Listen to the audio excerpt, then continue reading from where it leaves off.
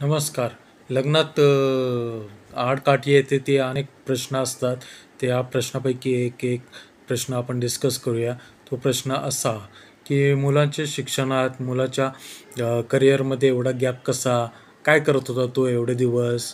Corona वगैरे हे आम्ही ऐकू शकतो, पण बाकीची काही लफडी वगैरे केली आहे का तिने? त्याचं बाकी मुलींबरोबर काय होत होतं का? असा प्रश्न असू शकतो. नंतर मुलाचं लग्न तुटायचं कारण असं होतं, जे मी बघून वाचून सांगतो तुम्हाला, की मुलीला खूप श्रीमंत साथीदार पाहिजे. तुमची आहे का तेवढी ऐपत? तुम्ही आहेत का तेवढे श्रीमंत? असं. नंतर मुलाचा ॲक्सिडेंट झाला, तर मुलाचा ॲक्सिडेंट झाला हे एक अपशकुन आहे दोघांसाठी. तर त्यामुळे लग्न जुळवता येणार नाही, हा एक मार्ग आहे आपला. नंतर मुलाच्या कुंडळीत मंगळ ग्रह आहे, तर मंगळ ग्रह असल्यामुळे हे लग्न होऊ शकत नाही.